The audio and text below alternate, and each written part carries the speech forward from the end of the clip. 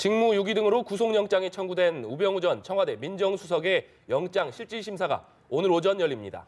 네, 그동안 헌법재판소에 소환해도 두문 부출했던 안봉근 전 청와대 비서관도 특검에 자진 출석해서 조사를 받았는데요. 정치권 소식 세 분의 전문가 모시고 이야기 나눠보도록 하겠습니다.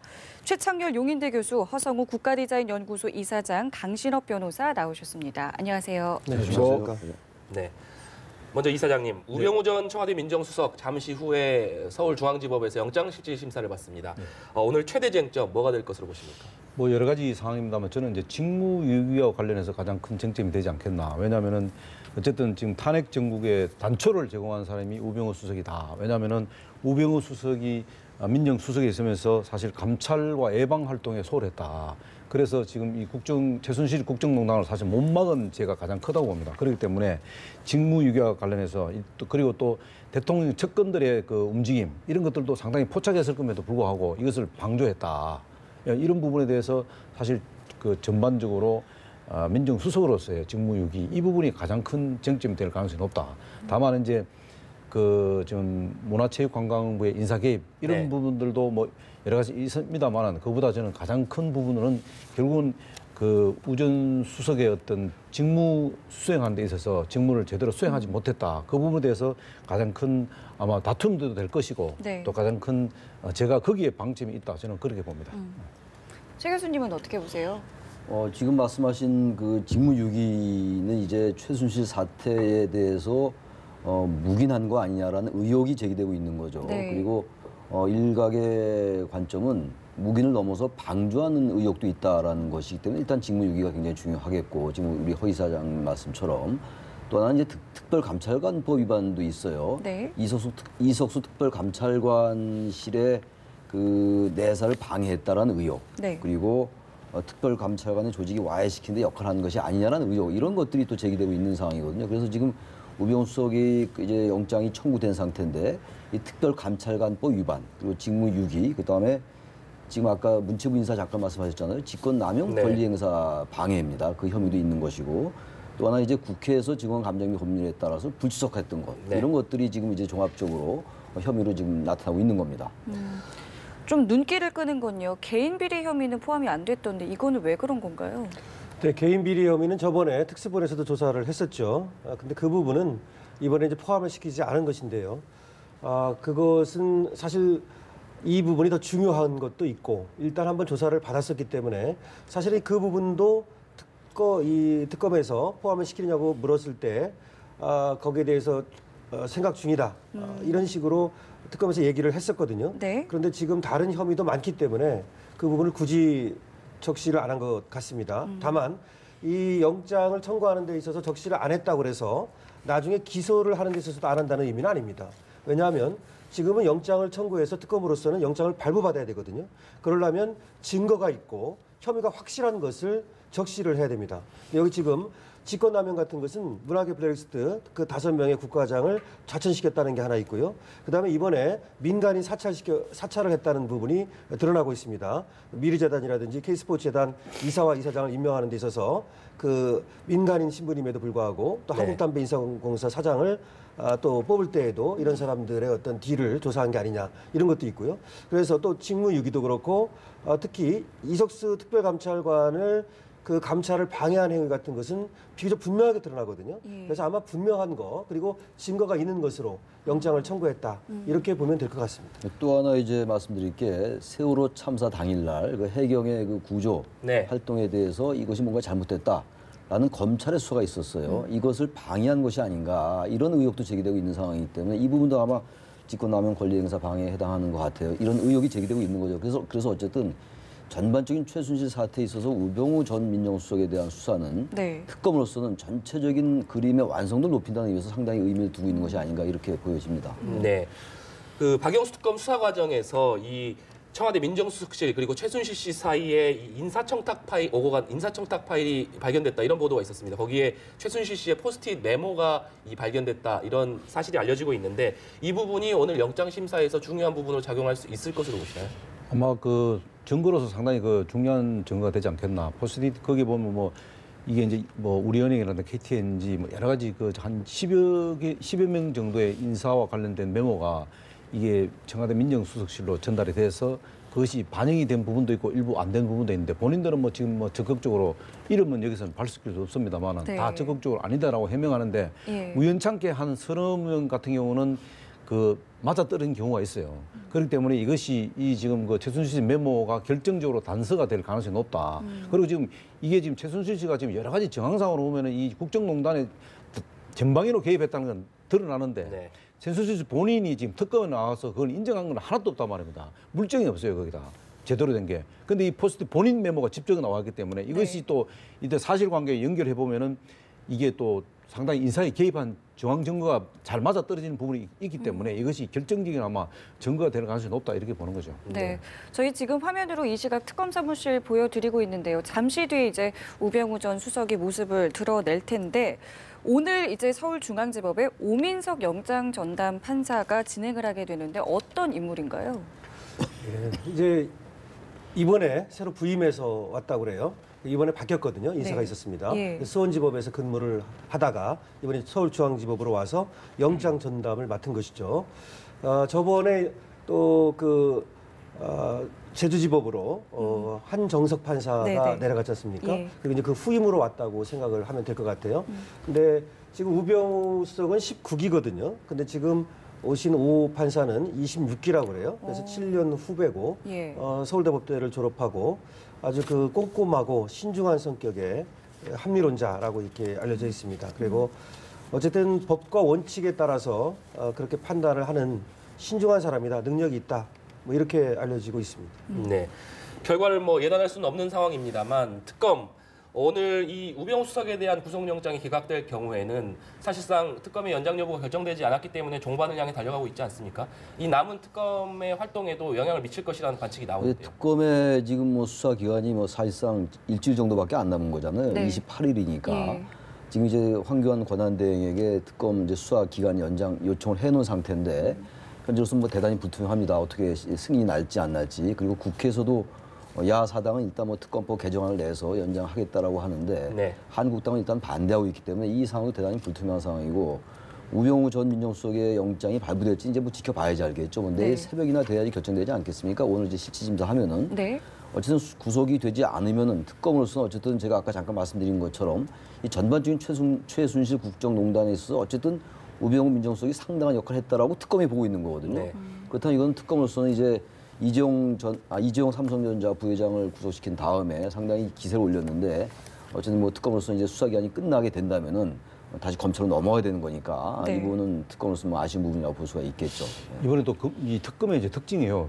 제가 알기로는 이번에 이제 거의 아마 특검이 수사 대상에 올려서 뭐 우선순위는 다릅니다만은 뭐 예를 들어 이화여대 부정 사건이라든가 최순실 관련된 여러 가지 정원들에 나왔던 그 소위 말하면 블랙리스트 뭐 네. 이런 부분들에서 전부 다 구속됐습니다. 블랙리스트 관련되는 차관급 이상들 다 구속됐고 네. 이화여대 관련된 이화여대 총장까지 다 구속됐잖아요. 그리고 또 제3자 뇌물죄와 관련해서 박근혜 대통령과 3차례에 걸쳐서 대담했던 그 이재용 부회장도 구속됐고 이번에 이제 남은 게 제가 볼 때는 이제 그 안봉근 그다음에 우병우 수석이 두 사람이 이제 아마 그 구속 여부가 결정된 건데 네. 거의 다 아마 지금까지 볼 때는 구속되어 왔기 때문에 네. 어떻게 보면은 사실 그 지나칠 정도로 구속에 사실 특검이 지금 매달려 왔거든요. 그런데 거의 다 지금 구속 다 됐어요.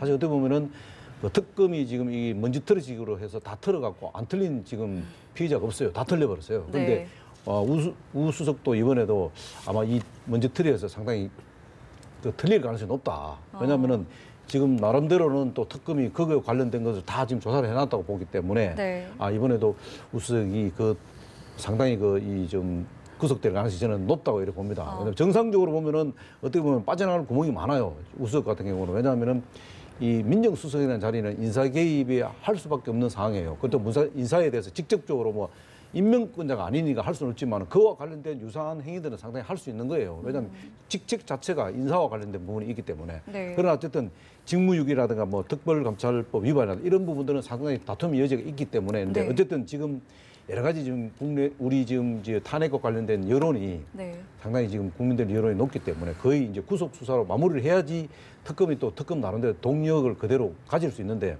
이번 오늘 또 이 우병우 수석이 만약 기각된다면은 또 상당히 이 특검이 또 혼란에 빠질 수도 있다 이렇게 보는 거죠. 변호사님은 어떻게 예측하세요? 네, 저는 뭐 법적으로만 말해야 되겠죠. 네. 기본적으로 구속을 시키느냐는 것은 신병 확보의 의미가 있는 것입니다. 그럼 신병 확보를 왜 하느냐?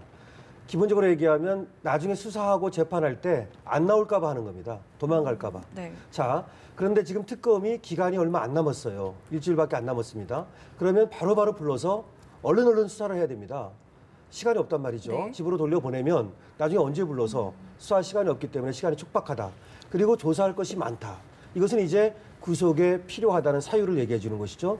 또 하나는 범죄 혐의가 있느냐, 이 중대성, 이것이 중요한 것이거든요. 근데 사안의 중대성은 분명히 있어요. 지금 말씀하셨듯이 뭐 4가지 혐의도 중요하지만 지금 사태가 어떤 국정농단 그리고 대통령 탄핵까지 이르는 중대한 사안이기 때문에 이 혐의들이 말이죠.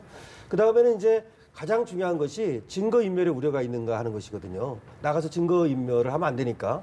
근데 범죄를 부인하고 있어요. 최순실도 모른다고 하고 있고. 네. 근데 최순실도 모른다고 그랬는데 최순실을 안다는 결정적 증거가 아까 포스트잇이 발견됐죠. 그렇다면 구속시켜야 될 어떤 충분한 사유가 존재한다. 그래서 범죄 혐의가 소명되고 구속의 사유와 필요성이 있다. 이렇게 갈 가능성이 상당히 높다. 이렇게 볼 수 있습니다. 제가 한마디 첨언하면요. 네. 지금 아까 허 이사장님이 이번 특검의 수사가 지나치게 구속에 집중한다라는 말씀을 하셨는데 우리 뭐 변호사님 계십니다만 원래 수사는 불구속 수사가 원칙이잖아요. 그리고 네.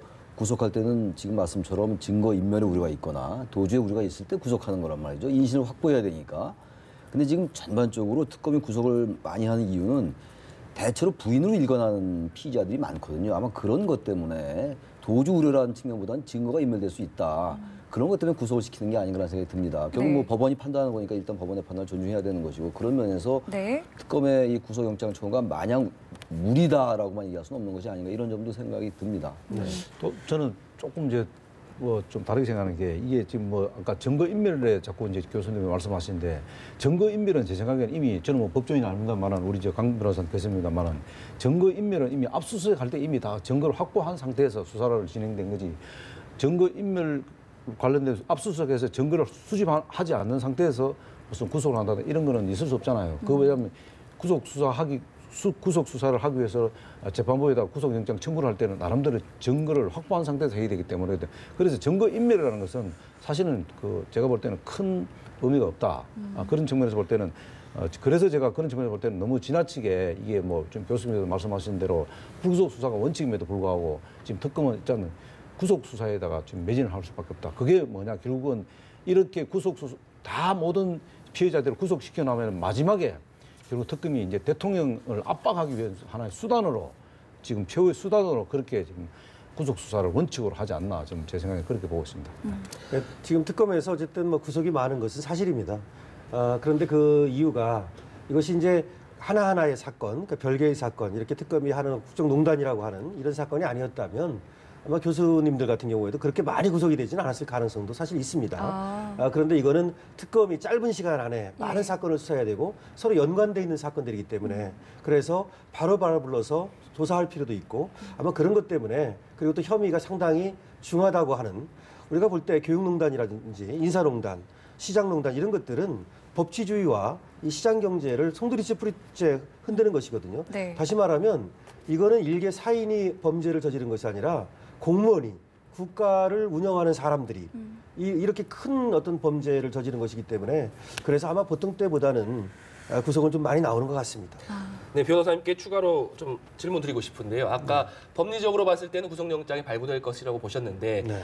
우병우 전 수석 같은 경우에는 워낙 법리에 밝아서 법꾸라지라는 별명까지 있지 않습니까? 그렇다면 오늘 영장실질심사에서도 상당히 법리 공방이 예상이 되는데 그렇다면 오늘 영장실질심사가 기각이 되던 아니면 뭐 받아들여지건 상당히 늦게까지 이루어질 가능성이 높다고 네, 그렇게 보시겠네요. 봅니다. 왜냐하면 말씀하신 대로 우민정 수석이 그 법리적으로 본인을 방어하려 들 것이거든요. 물론 이제 변호인이 있지만 본인이 또 얘기하는 것이 영장실질심사에서는 더 중요합니다. 그렇기 때문에 본인이 하나하나의 혐의에 대해서 그것을 반증하고 그것을 또 다른 탄핵하고 하려 든다면 그리고 또 검찰 쪽에서는 또 그걸 하나하나 또 입증을 해야 되지 않습니까? 그러면 치열한 공방이 벌어질 수 있고 적어도 오랜 시간이 걸릴 가능성이 있지요. 근데 특검팀에서는 이제 민정수석을 소환을 해서 조사를 하고 바로 구속영장을 청구하지 않았겠습니까? 이게 그만큼 좀 자신이 있다는 부분 아니겠습니까? 그 주변의 여러 그 진술이라든지 나름 증거를 확보했을 겁니다 아마. 그러니까 소환하자마자 상당히 빨리 예. 영장을 청구했잖아요. 네. 그리고 지금 뭐 우병우 전 민정수석에 대한 말씀들을 나누고 있습니다만 이번 국정농단 사태 이전에도 말이죠. 우병우 전 수석에 대한 얘기는 굉장히 많았잖아요. 네. 국회에서도 이 최 씨 농단 사태가 10월 24일부터 본격화되기 시작했는데 그날 이제 대통령의 국회 시정연설도 있었고 저녁 방송에 태블릿 PC가 보도된 날이 10월 24일이었잖아요. 네. 그 이전부터 국회에서도 우병우 전 수석에 대한 얘기가 굉장히 많았어요. 이 농단 사태와 직접 연관되지 않았던 것들. 아까도 말씀을 나눴습니다만 개인 비리 문제도 있었고 그리고 2014년도에 그 정윤회 씨 문건 유출 때 그때 비서관이었습니다. 이런 것들 때문에 어쨌든 이번 전반적인 상황 속에서 이미 구속됐습니다만 김기춘 전 비서실장, 우병우 전 민정수석이 가장 중요한 핵심 멤버이면 틀림없는 것 같아요. 네. 그러니까 특검으로서 어쨌든 이 우병우 전 수석을 아무튼 사법 처리함으로써 전체적인 이 사건에 대해서 뭔가 마무리 지려하는 것이 아닌가라고 보여지기 때문에 또 아까 말씀처럼 우병우 전 민정수석이 워낙 법률 전문가라서 예. 치열한 법리 다툼이 예상돼서 영장 발부 여부는 내일 새벽 그야말로 늦게 결정되지 않을까 이렇게 생각이 됩니다. 네, 이번에는 우병우 수석 얘기는 잠시 후에 이제 특검에 출석하면 계속 이어가도록 하고요.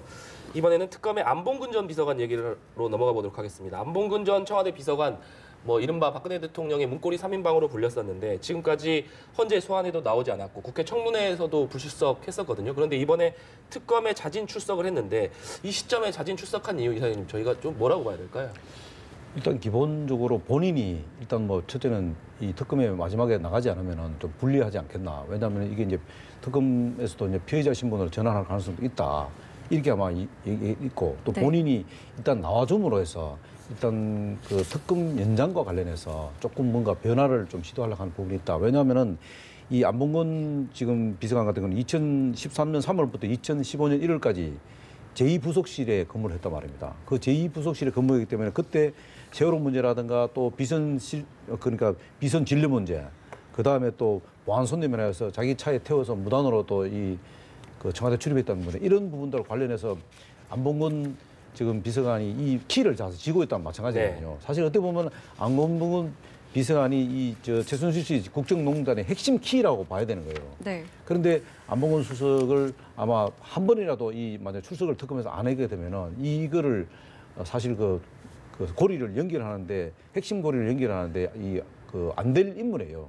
이 정인으로서는. 그렇기 때문에 일단 특검에서는 반드시 안봉근 비서관이 출석해야 되고 또 하나는 그에 따라서 또 안봉근 비서관 역시 한번 특검에 출석해 줌으로 해서 사실 어떻게 보면은 이 특검 연장과 관련해서 여러 가지 특검 연장은 어쨌든 좀 어렵게 보냈기 때문에 안봉근 비서관이 일단 오늘 한번 특검에 출석함으로 해서 일단 이것을 마무리를 하려고 하지 않나. 특검 연장과 특검 연장이 어렵다고 보는 거죠. 그래서 네. 마무리하는 차원에서 나왔는데 너무 특검 입장에서는 왜 이제만 안봉근 수석을 미리 좀 부르지 않았나 이런데 뭐 우선순위에서 수사의 우선순위에 밀렸다는데 제가 볼 때는 우선순위에 사실 가장 1순위가 이제만 안봉근 비서관인데 그래서 뭐 인사에도 개입이 많이 했던 정황들이 나타나 있잖아요. 뭐 안봉근 비서관 같은 경우는 경찰 인사에도 개입했다는 여러 가지 정황들이 많이 나오고 있음에도 불구하고 사실 이제 불렀다는 것도 사실 특검이 어떻게 보면은 뭔가 좀 특검이 이 수사에 아마 난맥상이 좀 있지 않나 좀 그렇게 보고 있습니다.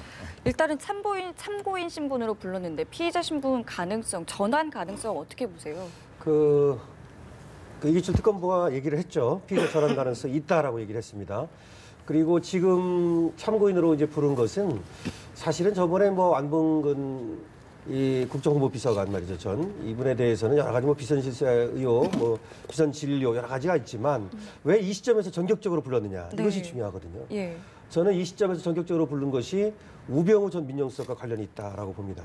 그러니까 이번에 포스트잇이 발견이 됐는데 거기서 이제 청탁 파일이 발견된 거 아닙니까? 네네. 이것이 지금 최순실에서 뭐 장시호가 이제 찍었다고 하는 건 장시호는 이제 이걸 세상에 드러나게 한 사람일 뿐이고요. 이것이 어떻게 움직이느냐 하는 것이죠. 민정수석실로 보내라. 그러면 이걸 받아가지고 누가 민정수석 실로 보내는지 이것이 안봉근일 가능성이 많다는 것이 드러나고 있고요. 그다음에 전화 있지 않습니까? 네. 그 저번에 570회 전화를 했다. 독일에 가서도 127회 전화를 했다. 네. 그때도 이 전화를 연결하는 윤전추랑 이렇게 연결을 장시호를 통해서 예. 그때 안봉근이가 거기 개입했다는 말이 있습니다. 그래서 저번에 드러났던 그런 의혹도 조사를 해야겠지만 새로이 이 안봉근이 국정에 개입한 어떤 증거들이 드러났다라고 보고요. 예. 그래서 아마 이 참고인에서 피의자로 전환할 가능성이 있다 이렇게 보는 것 같고 13시간 조사를 받았거든요. 네. 아주 그 밤 새워서 말이죠. 고강도 조사입니다. 잠시만요. 저희 지금 우병우 전 수석이 특검 사무실에 도착을 한 것 같은데요. 현장 모습을 저희가 함께 봐야 될 것 같습니다. 예, 우병우 전 수석 모습을 드러냈고요. 네, 현재 지금 특검 사무실 쪽으로 이동을 하고 있습니다. 지금은 취재실에 질문이 있는 것 같은데요. 여전히 아직도 최순실 씨 모르십니까? 당연히 모르죠.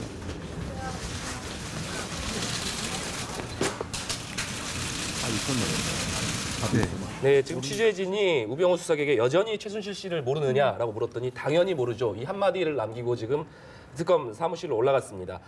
이제 이 특검 사무실에 들러서 간단한 절차를 마친 뒤에 곧바로 이제 특검특 차량을 타고 중앙지법으로 이동을 할 예정인데요.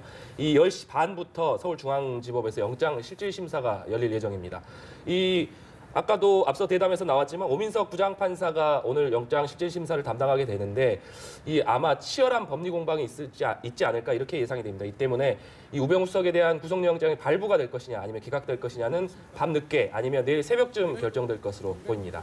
네, 지금 저희가 조금 전에 모습을 드러냈던 우병우 전 수석의 모습 다시 한번 보여드리는데요. 지난번에도 이제 최순실 씨를 모르냐라는 질문을 기자가 처음에 했고 모른다고 했고 오늘도 역시 최순실 씨를 여전히 모르냐라고 했더니 모른다고 대답을 하면서 지금 저렇게 인간이 불법 사찰하셨다는데 엘리베이터로 인정하십니까? 향해서 특검 사무실로 여전히 아직도 올라갔습니다. 최순실 씨 모르십니까? 당연히 모르죠. 그래서 최순실 씨의 이 국정농단 사태 이 부분과 이 우병우 이것이 한창 이제 이루어질 때 돌이켜 볼 때 말이죠. 네. 그리고 우병우 민정수석이 민정수석으로 재직한 기간이 상당 부분 겹쳐요.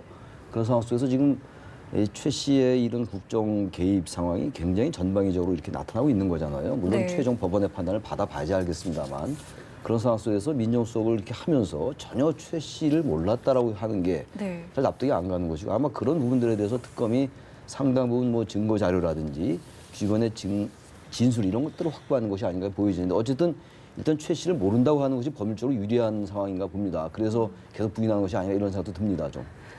네, 변호사님께도 그래서 그 부분에 관해서 여쭤보고 싶은데 결국 최순실 씨를 모른다는 입장을 지속적으로 유지하고 있지 않습니까? 결국 저런 입장은 특검에서도 역시 저런 입장을 보였을 것으로 보이는데 최순실 씨를 모른다고 굽히지 않는 저 발언의 배경은 저희가 뭐로 해석해야 될까요? 예, 일단 혐의를 이렇게 이제 수사를 받을 때 이런 때에는 처음이 제1의 그 상책이 도망가는 거라고 합니다. 도망가는 거.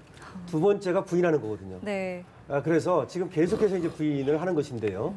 사실은 아까 그 교수님 말씀하셨습니다만 10월 24일 그때 이제 대통령께서 연설하시면서 전격적으로 개헌을 하겠다라고 얘기를 합니다. 그때 이제 개헌 논의에도 이미 참여를 했다는 겁니다. 지금 나와오는 얘기는 우민정 수석이.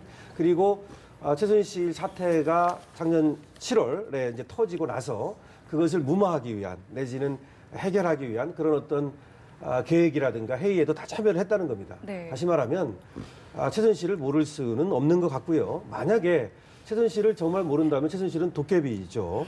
그래서 저런 어떤 그 말이 통하지 않을 것을 알면서도 계속해서 일관되게 저렇게 얘기하는 것은 사실은 법적으로 보면 저렇게 하는 것이 유리합니다. 첫 번째는 도망가면 못 찾으면 그만 아닙니까? 쉽게 말해서. 두 번째 계속 부인을 하면 있죠. 이 입증 책임은 검사한테 있거든요.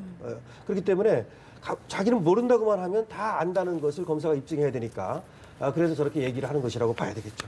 그리고 지금 우병우 수석이 지금 최순실 씨를 모른다고 일관되게 얘기하는 게 모른다는 게 두 가지 뜻이 있어요. 하나는 뭐냐면은 특검에서도 나오고 국회 정문에서 나왔습니다만은 자기는 최순실을 만난 적이 없다는 그런 게 있고요. 또 하나는 뭐냐면은 최순실 국정농단을 몰랐다는 거예요. 그렇다면은 두 가지 다 정말로 보면은 최순실 씨는 안 만날 수는 있겠죠. 만나본 적은 없겠죠. 일면식은 없겠지만은 그러나 우리가 정황상으로 보면 2014년 11월 말에 있었던 정윤회 찌라시 사건으로 보면은 이미 그 전에 이 최순실 국정농단과 관련해서는 상당한 보고를 받을 가능성이 높다는 거죠. 우리가 지금 지금 굉장히 지금 우병우 수석에 대해서 좀 분노를 느낀 이유가 뭐냐면은 그때 왜 그 전에 이미 벌써 최순실 국정농단에 대해서 상당히 첩보가 있었음에도 불구하고 있었지 않겠나. 그러면은 그 첩보 정보들이 다 민정수석실로 들어갈 건데 그것을 받느냐 못 받느냐 그런 관점이거든요. 제가 볼 때는 저희들이 볼 때는 민정수석에 앉아서 그 자리에서 만약에 최순실 국정농단의 정보를 모르고 그 상황을 몰랐다면은 그거는 정말로 직무유기다. 그러니까 민정수석의 자리로서의 직무유기다. 예. 그렇게 보기 때문에 아마 끝까지 모른다. 그러니까 모른다는 것은 최순실 국정농단을 자기가 몰랐다는 거죠. 엄격하게 따지면 자기 본인이 그렇게 이야기해야 되는데 그냥 모른다. 최순실도 모른다 이러는데 그 두 네. 가지 다 모른다는 그 포함된 건지 그건 오늘 이제 뭐 그 영장 실질 심사에서 밝혀지겠죠. 근데 모른다고 하더라도요. 우리 강 변호사님이나 우리 허 이사장님이 잘 설명해 주셨습니다만 그 민정수석을 한 기간 동안 거의 겹치는데 모른다는 게 아무리 물론 최종 법원의 판단을 받아봐야지 알겠습니다만 과연 이 상식적으로 이해가 가냐 이런 얘기들이에요. 그렇다면 지금 말씀처럼 민정수석은 그야말로 그냥 바지 저고리가 앉아 있었던 거냐 이런 얘기가 되잖아요. 그러니까 이 자체가 또 직무유기가 될 수가 있는 것이고. 네. 그러나 아무튼 지금 계속 부인하는 것은 아까 설명처럼 일단 부인하는 것이 법률적으로 유리하다는 판단을 하는 거겠죠. 그러나 아무리 봐도 아무리 여러 정황상을 보고 그리고 지금 계속 보도되는 일각의 보도 이런 것들을 보면요. 모르는 게 설명이 잘 안 되잖아요. 상식적으로. 법률 논리 이전에 말이죠. 그런 것들이 이제 특검이 바로 그런 점 때문에 이제 영장을 청구한 것으로 보여지는 것이죠. 근데 뭐 결국은 최종 법원의 영장 판단을 받아봐야 될 것 같습니다. 예. 예, 민정수석이 모른다는 거 한 가지 말씀만 드릴게요. 민정수석이 뭐 하는 곳이냐 이것만 생각해 보면 압니다. 경찰, 검찰, 국정원, 감사원을 직할하는 대통령을 명을 받아서 말이죠. 네. 그런 기관입니다. 그래서 모든 정보를 다 수집합니다. 그런데 몰랐다고 한다면 그야말로 그 자리에서 일 안 하고 놀고 먹었다는 얘기일 수 있겠죠. 네. 자, 우병우 전 수석 조금 전에 이제 특검 사무실의 모습을 드러냈습니다. 여기서 이제 간단한 절차를 밟고 잠시 뒤에 이제 특검 측 차량을 타고 영장 심사가 열리는 서울중앙지법으로 이동을 하게 됩니다. 여기에서 이제 실질 심사를 받고 나면은 이제 서울구치소로 이동을 하게 돼서 법원의 최종 판단을 기다리게 되고요. 아마 오늘 밤 늦게 혹은 내일 새벽쯤에나 어떻게 될지 결정이 나올 것 같습니다. 그 변호사님께 한 가지 절차상의 질문을 좀 드리고 싶은데요. 이 10시 반에 지금 중앙지법에서 실질 심사가 예정돼 있지 않습니까? 네. 그렇다면 상식적으로 저희가 이제 법리적으로 잘 모르는 상태에서 봤을 때는 중앙지법이 10시 반에 바로 출석을 해서 가서 실질 심사를 받으면 될 것 같은데 특검에 출석을 해서 절차를 밟은 뒤에 특검 차량을 타고 간단 말이죠. 네. 그 이유는 어떻게 되는 겁니까? 원래가 이제 지금 평상시에 같은 경우에도 그 검찰에 가가지고 검찰에서 가는 경우가 있고요. 아니면 그렇게 중환제가 아니면 바로 그 현장으로 출두를 합니다. 법정으로. 구속이 안 돼 있으니까요. 근데 지금 이번 특검에서는 일단은 특검 사무실로 오게 했다가 거기서 다시 이제 법원으로 가는 그거를 이제 택하고 있는데 그것은 쉽게 말씀드리면 검찰에서 하기 나름입니다. 검찰에서 그쪽으로 오시오라고 통보를 하면 그쪽으로 가는 것이고요. 검찰청으로 출두하십시오 그러면 검찰청으로 가는 거고요. 그런데 여기서는 이제 특검이기 때문에 특검 사무실로 가는 것이죠. 추가적으로 이 영장 실질 심사 결과가 나오는 기간의 대기도 서울구치소에서도 할 수 있고 또 지난번 같은 경우에는 특검 사무실에서 뭐 대기하는 방안도 내다가 결국 뭐 다시 구치소로 가기도 했습니다만 그 부분은 좀 어떻게 결정이 예, 됩니까? 뭐 이렇게 어떤 이목을 끄는 사건이 아니라면 사실은 검찰청에 가 있습니다. 검찰청에 가서 대기를 할 수도 있고요. 또 만약에 오랜 시간이 걸릴 것 같으면 중앙지검에서 가까운 서초경찰서 여기 가 있을 수도 있고요. 또 지금처럼 구치소로 갈 수도 있습니다. 그런데 시간이 오래 걸리지 않습니까? 지금은 거의 네. 잠을 자야 되고 그렇기 때문에 구치소로 보내는 것이다. 이렇게 얘기할 수 있겠죠. 네. 자, 일단은 우병우 전 수석 오늘 영장 실질 심사를 받기 위해서 이제 잠시 뒤에 다시 한번 또 모습을 드러낼 것 같은데 결국에 이제 특검팀이 얼만큼 뭐 최순실을 모른다 이러한 여러 가지 정황들에 대해서 납득할 만한 증거들을 얼마나 좀 준비를 했느냐가 관건 아니겠습니까? 워낙 많은 지금 사건들이 있잖아요. 예. 그러니까 지금 아까 문체부 인사에 개입했다라는 것도 그렇고 물론 의혹들입니다만 그리고 이제 그 정부의 비판적인 이른바 좌파 성향의 CJ에 대한 뭐 이런 여러 가지 얘기들도 나오고 있고 예. 그러니까 이러한 것들에 대해서 지금 많은 수사를 했고 특검이 지금 많은 증인들의 그 신문도 받았고 또 피의자들의 진술도 받았단 말이죠. 이런 상황 속에서 아, 잠시만요. 지금 우병우 전 수석이 다시 차를 타고 이제 법원으로 가려고 하는 모습이 화면에 잡히고 있는데요. 수사관들과 함께 검색 차량을 동행을 했습니다. 문이 닫혔고요. 네, 지금 특검 사무실에서 간단한 절차를 밟은 이후에 이 특검 측의 차량을 이용해서 이 서초동 서울중앙지법으로 이동하는 것으로 보이는데요. 결국 저 차량에서 이제 서울중앙지법에서 내려서 잠시 후에 저희가 또 서울중앙지법에서 우병우 수석 들어오는 모습을 또 보여드리겠습니다만 이 서울중앙지법에 들어가서 오민석 부장판사의 영장실질심사를 이제 받게 됩니다. 결국 이 특검 측에서도 여러 그 특검들을 보내서 이 우병우 수석과 상당한 법리 공방을 벌일 것으로 보이는데요. 10시 반에 이제 영장 실질 심사가 시작되면 상당한 이 법리 공방이 예상되기 때문에 끝나는 시간은 저희가 예측하기는 어려운 상황입니다. 그렇다면 그 시간 동안 우병우 수석은 저희가 지금 봤을 때는 서울구치소에서 결과가 나올 때까지 대기할 것으로 보이고요. 구속영장이 만약 기각된다면 지난번에 이재용 부회장 때도 보았지만 네. 바로 귀가를 하게 되지만 예. 구속영장이 발부되면 서울구치소에 그대로 수감이 된다 이렇게 볼 수 있을 것 같습니다. 네, 최 교수님 말씀 이어갈까요? 그래서 아까 제가 잠깐 CJ 말씀드렸는데 CJ가 이른바 좌파 성향의 영화를 제작했다 이래서 정부로부터 속된 말로 미운 털이 좀 박혔어요. 네. 이제 CJ 조사를 지시했는데 그 지시를 공정위 국장이 거부를 해서 공정위 국장을 강제 퇴직시켰다 이런 이제 의혹도 제기되고 있는 거란 말이에요. 이런 것들이 그냥 얘기하는 건 아닐 거잖아요. 특검들이 그래서 이런 것들에 대한 상당한 진술이 확보돼 있다. 그런 자신감이 좀 있는 것 같아요. 그 자신감을 가지고 지금 영장을 청구한 게 아닌가 이렇게 보여집니다. 네. 네, 지금 우병우 수석의 화면에 얼굴이 계속 나오고 있습니다만 상당히 이제 굳은 표정을 저희가 확인할 수 있는데요. 지금 지난번에 그 국회 청문회에 나왔을 때도 저런 표정이었고 법원에 출석할 때도 굳은 표정, 항상 이 굳은 표정이 지금 변하지 않는 것 같습니다. 네, 지금 저희가 화면을 두 개로 좀 나눠서 보여드리고 있는데요. 화면 오른쪽은 조금 전에 이제 특검 사무실에 올라가는 모습이고요.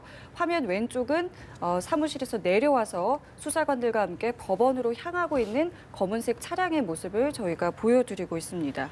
상당히 긴장돼 있네요. 표정이요. 네. 아무래도 그럴 수밖에 없는 것이 어쨌든 지금 경우에 따라서는 구속이 되지 않습니까? 네. 그것은 어떤 그 충격 정도라고 볼 수 있냐면 글쎄요. 갑작스럽게 큰 어떤 사고를 당한 그런 정도의 충격이라고 그럴까요? 아마 그거보다 더 할 수도 있겠죠. 그렇기 때문에 아무래도 사람인 이상 긴장할 수밖에 없고요. 다른 때보다도 우병우 전 민정수석이 오늘은 많이 긴장되고 그 수심이 가득한 이런 얼굴로 보이네요. 그 조금 전에 또 저희가 판사가 이제 오민석 판사가 어떤 인물이냐고 여쭤봤을 때 후배라고 또 했지 않습니까? 이 부분도 네, 또 그거는 서울대학교의 이제 후배라는 얘기인데요. 서울대학교가 워낙 그 접주인이 많기 때문에 그 후배라는 것이 그렇게 큰 의미를 갖지는 않는다는 얘기고요. 후배라는 것이 이제 법조 경력으로 볼 때, 우민정수석은 19기입니다. 사법연수석은 말이죠. 근데 지금 오 판사는 26기라고 그래요. 그러니까 7년 정도 후배 되는 판사님에게 이제 오늘 영장실질심사를 받게 된 것이죠. 네. 그렇기 때문에 아무래도 그 법조계의 선배인데 이렇게 이제 후배한테 이렇게 가서 영장실질심사를 받는다는 것이 굉장히 마음이 편치 않겠죠. 네, 지금 우병우 수석이 이제 서울중앙지법으로 이동을 하게 되는데 서울중앙지법 앞에서도 한 차례 포토라인이 있기 때문에 여기서도 아마 기자들이 또 취재진들이 질문을 하지 않을까 예상이 되는데 그 질문에도 답변을 할지 아니면 침묵을 유지할지도 좀 관심이 가는 부분인 것 같습니다. 지난번에 우병우 전 민정수석이 출두할 때 이른바 레이저 이제 기자에게 레이저 쐈다라는 그게 계속 이제 언론에 보도됐었고 또 검찰에서 특수본에서 이제 수사받을 때 점퍼를 입고 이렇게 했다라고 해서 이른바 이제 이렇게 팔을 괴고 했다 이래서 그 사진이 나왔잖아요. 그 언론들에. 그래서 이른바 황제 수사 논란도 많이 있었어요. 근데 지금 이제 특검 상황은 아까 우리 강 변호사 말씀처럼 상당히 그 상황과는 좀 다른 게 아닌가 이런 생각이 좀 들기도 합니다. 네. 자, 일단은 계속해서 저희가 화면으로 조금 전에 있었던 특검 사무실의 모습을 보여드리고 있고요. 한 가지 좀 변호사님께 여쭤보고 싶은 게 그 민간인 사찰 혐의가 포함됐다라는 부분도 있는데 이건 어떤 내용으로 들어간 게 된 겁니까? 이번에 이제 그 직권남용과 관련해서 적시를 한 부분입니다. 민간인 사찰은 공직 임명을 할 때는 말이죠. 네. 그 민정수석실에서 검증을 해야 되죠. 그렇기 때문에 정보를 모을 수가 있습니다. 그런데 그 공직이 아닌 그 KTNG 산하의 한국인삼담배공사라고 있습니다. 네. 여기 사장을 채용하면서 그 사람에 대한 정보 같은 것을 이 민정수석실을 통해서 모았다는 거죠. 수집했다는 것이죠. 그럼 이건 민간인 사찰이 되는 것이고요. 네. 그다음에 아까 말씀드린 대로 K스포츠재단이라든가 미르재단의 네. 이사라든지 이사장 네. 이런 사람들 네. 내지는 직원을 채용했어요. 아. 근데 이제 헬스 트레이너 김모 씨라고 있습니다. 이 김모 씨에 대해서도 이 사람의 군대 갔다 온 어떤 경력이라든가 내지는 사회 경력이라든가 이런 것들을 다 모았다고 그래요. 수집했다고 그럽니다. 네. 그럼 이렇게 수집을 하면 그것이 민간인 정보를 모으는 것이고 민간인 정보를 사찰하는 것이죠. 이렇게 되면 이거는 직권 남용이 되는 거고 이 민간인 사찰도 하나의 죄가 되는 것이거든요. 그래서 이제 그것이 이번에 여기 영장의 적시가 됐다는 것입니다. 근데 이런 결정적인 제보를 장시호 씨가 지금 하고 있다는 부분이 굉장히 좀 눈길을 끄는 것 같은데요. 그 지금 장시호 씨가 그 이른바 제2의 태블릿 PC도 이미 제출했죠. 제출했다라는 거 아니에요? 그 예. 태블릿 PC에서 여러 가지 지금 구속할 수 있는 여러 인물들을 구속할 수 있는 그런 증거 자료들이 나왔다라는 거잖아요. 네. 그러니까 최 씨와 사실은 이 장시호 씨는 가장 가까운 사이였는데 이모 조카 사이였는데 지금 상당히 입장이 바뀐 거죠. 네. 그럼으로써 이제 최 씨가 장시호 씨가 여러 가지 증거를 제시하는 이런 상황인 것 같고 이따 뭐 그런 얘기가 나올지 모르겠습니다만 고영태 씨도 마찬가지인 것 같아요. 고영태 씨도 원래는 최순실 씨와는 같은 배를 탔던 인물인데 많이 입장이 바뀌었어요 지금. 그런 점에서 이게 한계가 있는 것 같아요. 이런 여러 가지 사안들이 지금 같이 맞물려 있고 네. 꼬여 있는 상태 속에서 계속 이렇게 같은 이해관계를 유지하기가 쉽지 않지 않겠어요? 이거 오랜 기간 그리고 여러 가지 사안에 대해서 아마 그런 점에 반영이 아닌가 이렇게 보여집니다. 네. 잠깐 말씀을 드리군요. 이번에 장시호 씨가 저번에 조선 TV 하여튼 그 하고 맞닥뜨린 적이 있어요. 그래 맞닥뜨려가지고 그때 이제 작년에죠. 이 국정농단 사태가 터지는 그 계기가 됐단 말이죠. 그때 그래서 장시호 씨의 집으로 도피를 합니다. 그랬는데 거기에 지금 최순실 씨가 핸드백을 가져갔다는 거예요. 에르메스 핸드백. 예. 근데 그 핸드백을 장시호 씨가 뒤져봤는가 봐요. 거기에서 아까 청탁용 인사 파일이 나왔다는 것이고 네. 포스트잇이 나온 겁니다. 네. 그리고 지금 민간인 사찰을 한 이런 정황들이 나타난 거예요. 그래서 장시호 씨가 어쨌든 이런 것들을 찍어놨다가 내지는 정보를 수집해놨다가 지금 특검에 정보를 제공하고 있는 건 맞습니다. 네, 그렇다면 아직 지금 우병우 수석이 서울중앙지법에 도착하지는 않은 상황인 것 같습니다. 그러면 지금 서울중앙지법에 나가 있는 취재기자 연결해서 현재 상황 한번 들어보고 대담 이어가도록 하겠습니다. 서울중앙지법에 박효정 기자가 나가 있습니다. 박 기자. 네, 우병우 전 민수석의 구속 여부를 가를 영장 심사는 잠시 후 오전 10시 반부터 이곳 서울중앙지법에서 진행됩니다. 우 전 수석은 법원 출석에 앞서 조금 전 특검의 모습을 드러냈는데요. 최순실 씨를 모르냐는 취재진의 질문에 당연히 모른다라고 말한 뒤 사무실로 올라갔습니다. 박영수 특검팀은 우 전 수석에게 직권남용과 직무유기, 특별감찰관법 위반 혐의 등을 적용했습니다. 우 전 수석은 민정수석실에 재직하면서 최순실 씨 등 비선 실세들의 국정농단 의혹을 묵인하거나 방조하고 최 씨 비리를 조사하는 이덕수 전 특별감찰관의 내사를 방해한 의혹을 받고 있습니다. 정부 정책에 비협조적인 문화체육관광부 공무원을 찍어내는 데 개입하고 한국인삼공사 박정욱 대표 등 민간인에 대한 정보를 불법으로 수집한 의혹도 제기된 상태입니다. 특검팀은 문학의 블랙리스트 의혹과 마찬가지로 공무원이 권한을 함부로 사용하는 행위는 무겁게 처벌해야 한다고 있습니다. 지난 18일 특검에 출석해 조사를 받았던 우 전 수석은 혐의를 완강히 부인한 것으로 알려져서 오늘 심사에서도 혐의 입증을 두고 치열한 법리 공방이 이어질 것으로 전망됩니다. 특히 법률 전문가인 우 전 수석이 직접 스스로를 변호하면서 구속의 부당함을 주장할지도 주목됩니다. 우 전 수석의 구속 여부는 우민석 영장전담 부장판사의 심사를 거쳐 오늘 밤 늦게나 자정을 넘겨서 결정될 것으로 보입니다. 서울중앙지법에서 연합뉴스TV 박효정입니다. 네, 최 교수님. 현재 우 전 수석이 이 구속영장이 발부될 것이냐 기각될 것이냐 뭐 예단할 수는 없는 상황입니다만 구속영장이 발부될 경우에는 또 이 박근혜 대통령에 대한 조사에도 상당한 영향을 끼칠 수밖에 없을 것으로 볼 수 있는데 어떻게 전망하십니까? 그러니까 지금 이제 특검의 수사 기간이 얼마 남지 않았는데 연장이 될지 안 될지는 뭐 두고 봐야지 알겠습니다만 지금 특검이 마지막에 공을 들였던 부분이 박근혜 대통령에 대한 대면 조사잖아요. 근데 지금 이제 청와대 측은 이제 일단 조건이 여러 개 있는 것 같아요. 박근혜 대통령을 대면 조사를 하되 일단 청와대도 대면 조사를 받겠다라고 얘기한 상황이에요. 네. 그런데 피의자 신분은 안 된다라는 조건이 있고 그리고 시간을 제한해야 된다 이런 조건이 있는데 지금 특검으로서는 그렇게까지 청와대의 이른바 까다로운 조건을 수용해 가면서까지 우리가 특검이 박 대통령에 대한 대면 조사 해야 되냐 그런 입장인 것 같아서 대면 조사가 그렇게 이루어지기는 쉽지 않아 보이기도 합니다. 물론 두고 봐야지 알겠습니다만 어쨌든 특검으로서는 대면 조사를 통해서 여러 가지 대통령의 직접 얘기를 좀 듣고 싶은 거 아니겠어요? 여러 가지 얘기 나온 것들에 대해서 대통령 입장이 어떤 것인지도. 근데 아무튼간에 지금 특검과 이 지금 청와대 간에 이 한 차례 지난번에 청와대가 그 특정 언론에 그 일정이 유출됐다라고 해서 그 대면 조사를 청와대가 거부했었잖아요. 그런 여러 가지 지금 이 밀고 당기는 게 있기 때문에 기간은 얼마 남지 않았고 해서 대면 조사가 꼭 성사되리라고 장담하기도 어려운 것 같아요. 지금 여러 가지 정황상. 어쨌든 지금 이번에 우병우 수석이 이제 구속되느냐 안 되느냐 이 부분과 관련해서는 어떻게 보면은 지금 민정수석 자리에 있으면서 사실 박근혜 대통령 그러니까 인사 개입하는 정황도 많이 드러나고 있잖아요. 우병우 수석이요. 그렇다면 그 인사 개입을 했을 경우에 본인의 독단적인 판단인지 아니면은 대통령이 지시하는 부분이 이 부분도 굉장히 중요한 거예요. 그리고 최순실 씨와 또 박근혜 대통령의 관계는 사인적인 관계라고 대통령께서 이미 이야기를 했기 때문에 그렇다면은 이 최순실 씨의 이 국정농단을 과연 만약에 알았다면은 그 알았는데 본인의 선에서 끝낸 건지 그게 이제 이 김기춘 비서실장 그리고 대통령과 연결 관계 고리 이런 부분들도 아마 특검에서는 상당히 밝히려고 사실관계를 확인하기 위해서도 상당히 오늘은 우병우 수석을 일단은 구속시켜야만이 이 사실 대통령이 대면 조사를 하는데 대통령 압박할 수 있는 카드로 활용하기 위해서도 상당히 나름대로 특검에서는 아마 심혈을 기울여서 아까도 제가 초기에 말씀드렸지만 또 한 번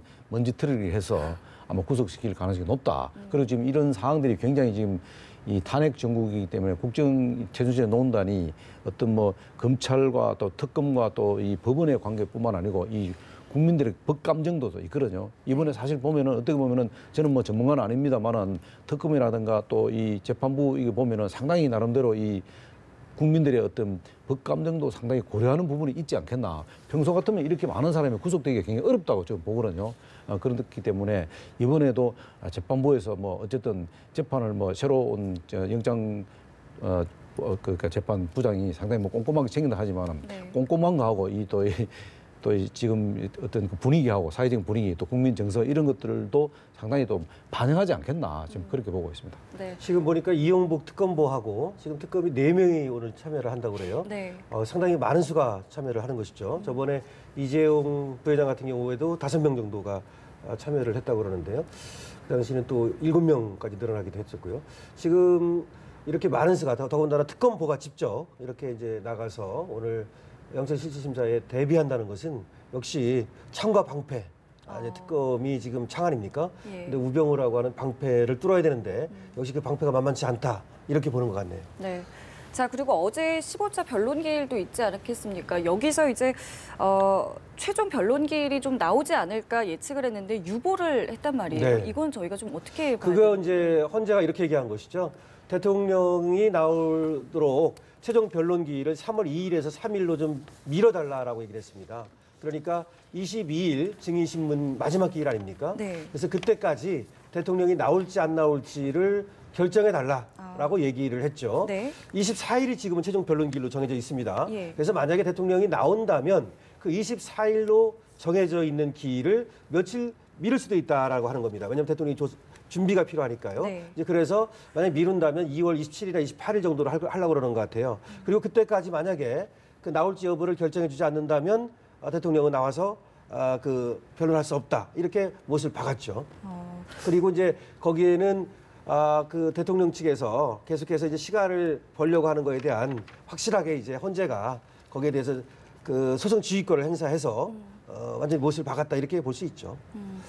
최 교수님, 어제 이 헌재에서는 또 재판관 이정미 재판관하고 이 대리인단 사이에 신경전이 또 상당히 고성과 삿대질이 오고 갔다는 얘기도 있고요. 상당한 신경전이 있었던 것으로 전해지는데 역시 그만큼 이 사건이 변호사들 입장에서는 좀 절박하다 이렇게 봐야 되지 않을까요?